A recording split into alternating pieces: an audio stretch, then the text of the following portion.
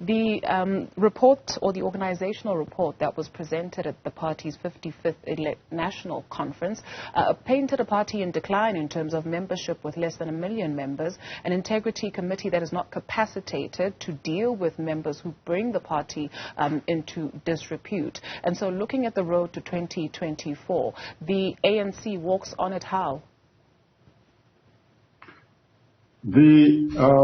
The reports are interesting, but we also have got to look at reports that come outside of the ANC, about the ANC itself, rather than just listening to the ANC, what it says about itself.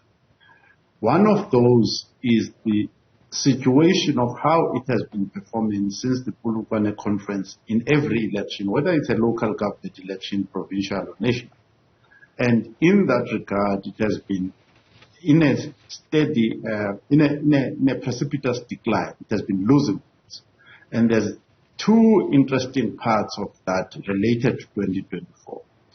If you read the latest reports are that now all the municipalities, the district municipalities in Zululand, which is the northern part of KZN, have now fallen into outside of the ANC, and more particularly into the hands of Inkatha. And in the southern part, the DA and the EFF particularly have been giving the ANC a run for their money. Now, the significance of this is as follows. The two provinces, Gauteng and KZN, and the Western Cape, if they were to fall outside the hands of the ANC, more than 50% of the GDP of this country would then be outside of the hands of the ANC. And the largest part, perhaps even of the population, would be outside the hands of the ANC, taking the Western Cape, KwaZulu-Natal, and Gauteng. So basically, that is the issue that is on the table now, whether the ANC can save Gauteng and KZN. But as things stand, they are ready to lose those. And if they do that, they are then well placed to lose the nation to the alternative governance coalition. The party's policy document, which was written ahead of that national conference last year, points out that despite certain undeniable progress, the government has not yet transformed the economy for the majority of the benefit of the majority of the people, and have regressed to an extent over the past decade. The SACP, in commemorating Without Slow Vote today, pointing out that the party has adopted neoliberal policies, saying that they have prioritized austerity, cutting social spending to please capital. Is this a fair assessment? Yes, the assessment is very interesting, and it's a fair assessment.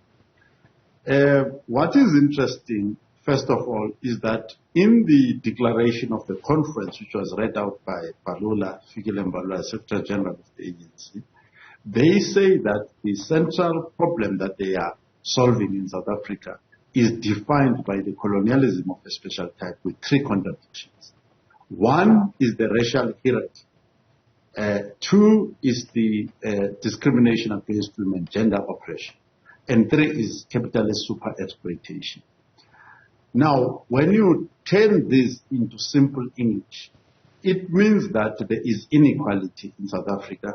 That is why the ANC and the SACP embarked on a struggle in the first place.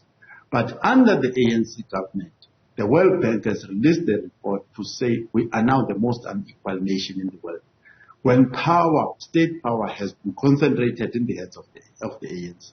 So in the socio-economic arena, the failure of the ANC has been dismal, totally dismal.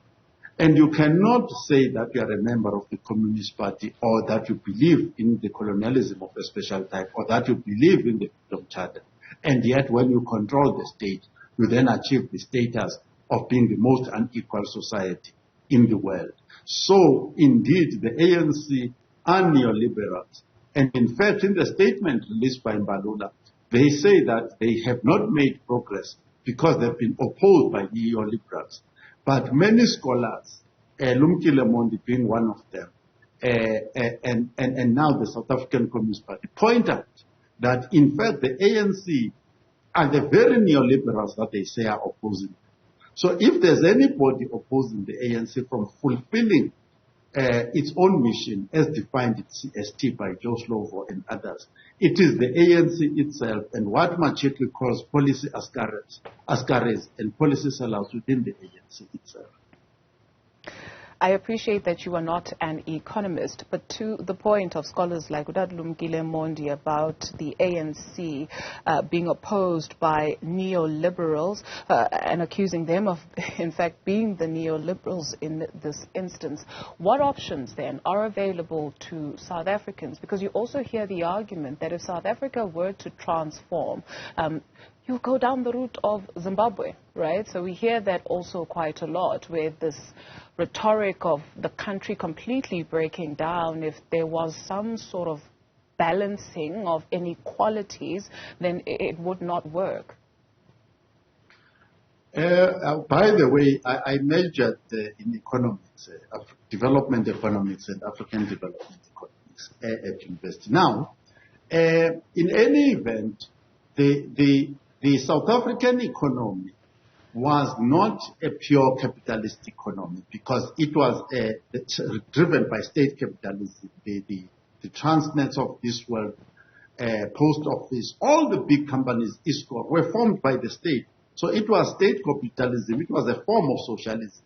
So to create equality between the English and the Afrikaners in South Africa, equality amongst the whites, was excluded the blacks. So it's an unfair assessment to say that when you create equality, you destabilize and destroy the country. Countries like Finland and others, Sweden and many other countries have pursued successfully the agenda of equality and achieved wealth for the entire population till today. Thank you very much to Mr. Sandile Swana. He is